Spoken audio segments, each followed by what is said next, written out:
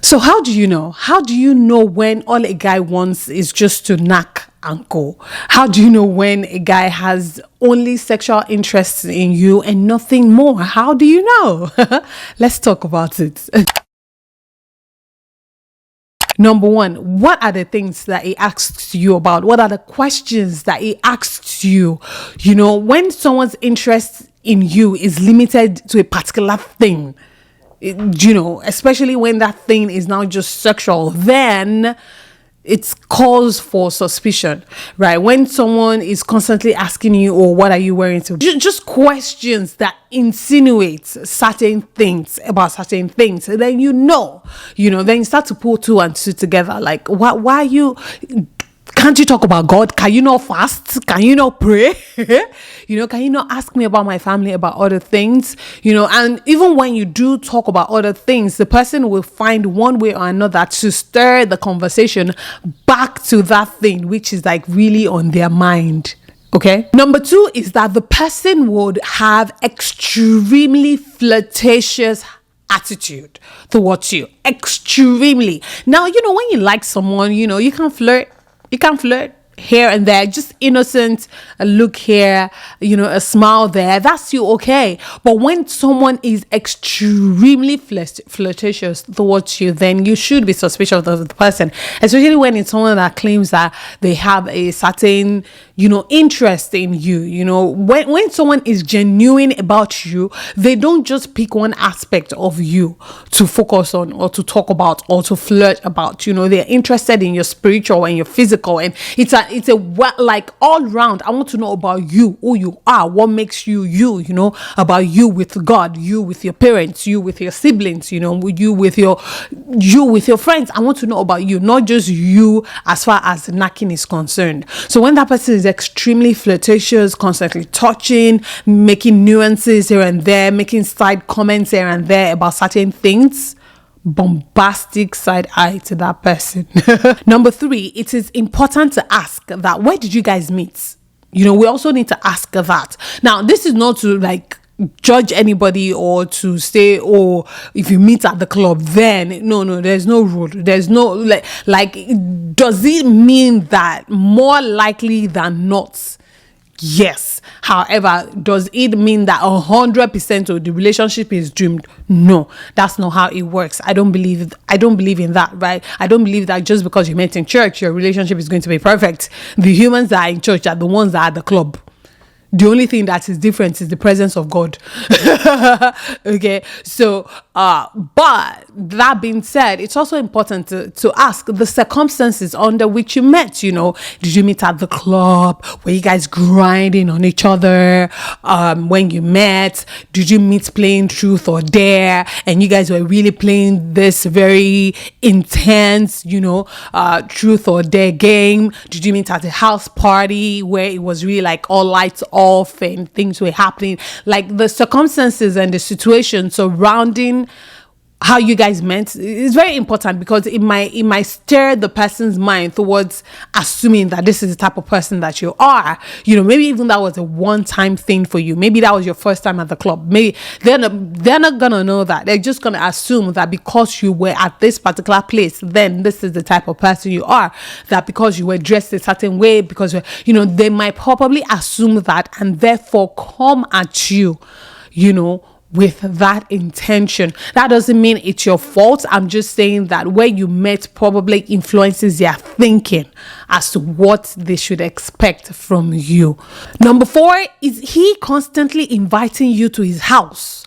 Constantly, even very early on in your friendship and relationship, is this person constantly finding ways to say, oh, so when are you going to come greet me? So when are you going to come cook for me? So when are you going to come visit me? Oh, and even when you do agree to go, it's like, oh, you should come at 7 p.m. or 5 p.m. It's not, oh, okay, you can stop by before, maybe, oh, I have an appointment for 12, I could stop by at 10, just say hello and go, so that way it's like early morning, quick wake up and go kind of situation. Do you get what I'm saying? But even then, when you meet someone, inviting someone to your house is a major step. It's a major step in a relationship, right? Because it's like, oh, I've gotten to know you well enough to bring you into my sanctuary. Do you get? That's why a first date is almost always not in your house or in that person's house, because I don't know you. I don't know you like that. Do you get? So if the person is constantly inviting you to their house and making suggestions and whatnot, then they probably do not have good intentions. Number 5, does the person constantly make sexual jokes? Or they're like, oh, I'm just joking, but da da da da, and they say things, and their humor is only ever. There are certain comedians I do not follow on Instagram. There are certain comedians I do not like. There are certain comedians that I just don't find their jokes funny. There are certain comedians that maybe I'd met before or whatever, and for whatever reason I don't want to follow them because I don't want drama, and I just mute them on Instagram, so that way I don't even see their posts, because I'm just like, why is your comedy almost always just sexual related and at the expense of the woman? Do you get what I'm saying? Like, some of these comedians take it to the extreme sometimes, and I personally, it's just not my vibe. Do you get? But when you meet a guy and that's like all the person knows how to joke about, when you mention people like Maraji or Taoma, they don't get it. They're like, you're people like this guy with the belly. What's his name? With the blue shirt and the belly, the protruding belly. Yeah, you know him now. You know him. There are people that crack jokes, or Brother Shaggy, that crack jokes and they're funny, and the jokes are not sexual related. Why I would not even say, like, I like Mr. Macaroni's jokes, and I like his jokes because even if Mr. Macaroni's jokes is based off of a man that's a serial cheat, that's constantly cheating on his wife, it doesn't, like, there's still a certain level of respect with how the women are shot, with how they are presented, without the camera, shows them and present them how they're dressed and all of that. It's not vile, unlike some comedians where you say and they really go to the extreme, and I'm like, well, that's not funny. What makes you think that's funny? Anyway, I digress. So if the person is constantly making sexual jokes and all of that, then it's okay to be suspicious of the person. Number 6, is the person constantly making side comments or comments about your appearance, your front or your back, or what your mama gave you. Oh, look at that. Oh, just is the person constantly saying things about your physical appearance and making comments about your body and your shape and all of that, like constantly. There's a difference between when someone is respectfully giving you a compliment, like, oh my gosh, you look so beautiful, I like your shirt, I like your dress, I like your skirt. It's different when a compliment is respectful and genuinely just admires you, versus when someone has like, dang girl, ooh girl, bruh.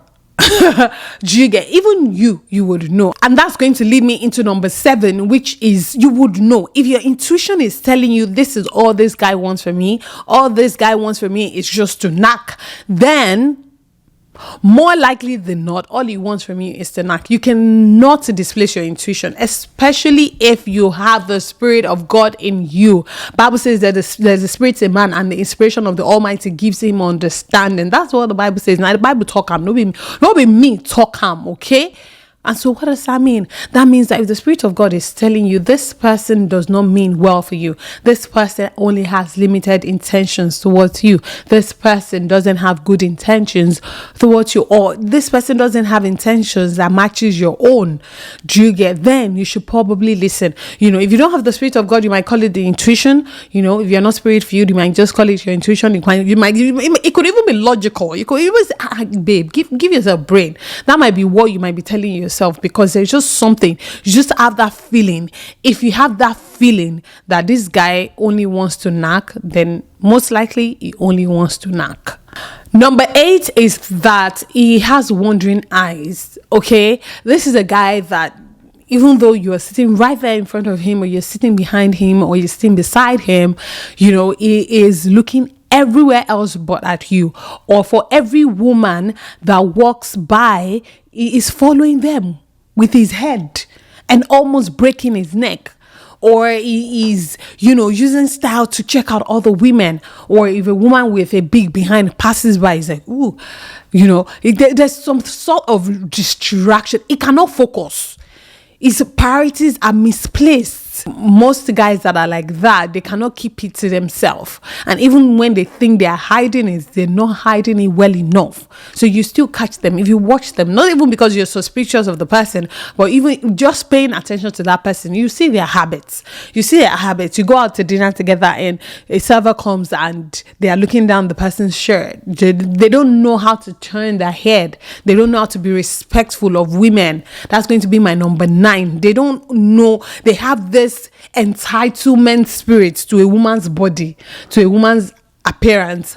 I saw on Instagram the other day, there was this guy that did a video, literally did a video talking about how why do women go out and they're not wearing bras?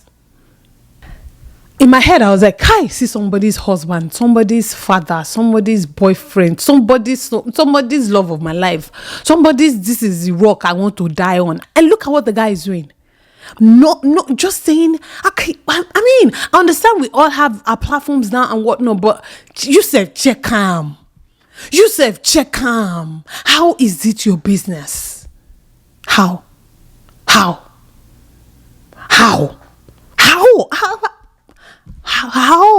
It's not even funny.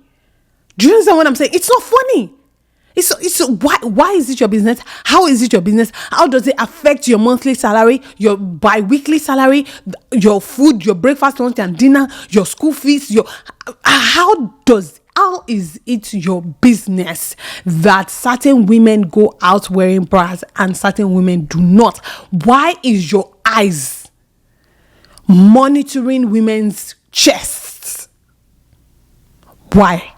But my point being, when a guy has wandering eyes, it's things like this that the guy will be doing. Making comments, looking at who is going into a banner without wearing bra and who is going into... Just see, like... Just stop. I think we are on number 9, right? Number 9, yes. Number 9 is that he has told you categorically that this is what he wants. He just wants to knock. Let's knock now. Let's from day one. That's what he's been telling you. So why are you still asking? I don't know. Why are you still entertaining him? Why are you still thinking that maybe the Spirit of God will minister to him in the process of pre-knocking and then he'll change his mind? Why? That's not going to happen. I can tell you for free. Don't pay me. That's not going to happen because he has told you categorically. You see, was it Oprah that said it? Like, when people show you who they are, you believe them. See, some guys are very honest. They're very straightforward. They don't like to beat about the bush. They like to keep it real. Keep it. I'm feeling you. You feeling me? Do you want to do like so? If you want to do it, then you want to do it. But then don't go knocking and then go expecting more because I didn't promise you more when we met, when we started this conversation. All I promised you was good knocking, and I believe you got it. So what are you talking about? That's how women get heartbroken, because you knew what you were getting into, but you still decided to go into it anyway, thinking that you are the chosen one that will change him. This is not Genevieve and Jamaica. It doesn't work like that. Number 10, last but definitely not the least, is that he expresses unusual interest in your sexual preferences. Do you understand? Okay, now, so you're dating, and if you're dating, there are certain things you should talk about, but to a reasonable extent. Once it starts to cross that line, that boundary, it's time to be suspicious. Why are you so interested in how many people I've been with? Why are you so interested in why? When someone respects you, there's a limited, like their interest in you is limited because they understand where that boundary breaks, right? And they understand that, especially when you're speaking with a woman and you're treating the woman with respect, there's a boundary.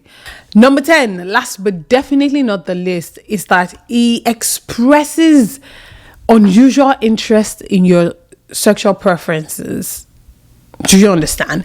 Okay, now, so you're dating, and if you're dating, there are certain things you should talk about, but to a reasonable extent. Once it starts to cross that line, that boundary, it's time to be suspicious. Why are you so interested in how many people I've been with? Why are you so interested in, if you know why? When someone respects you, there's a limited, like their interest in you is limited because they understand where that boundary breaks, right? And they understand that, you know, especially when you're speaking with a woman and you're treating the woman with respect, you know, there's a boundary. You know, so when when a guy starts to express unusual amount of interest in your sexual life or in the sexual aspect of your life, be suspicious. What do you think? What did I miss? Is there something that you've experienced that you think would be helpful for us? Whatever your thoughts are, please let us know in the comment section. Okay, thank you so much for watching. I love you so much. I can't wait to see you again very, very soon. I pray God blesses you, your homes, your marriages, your relationships. Most importantly, I pray God blesses you. Please thumbs up the video if you aren't subscribed to the channel. If you aren't, I'll see you again very, very soon. Remaining God and God bless you. Bye.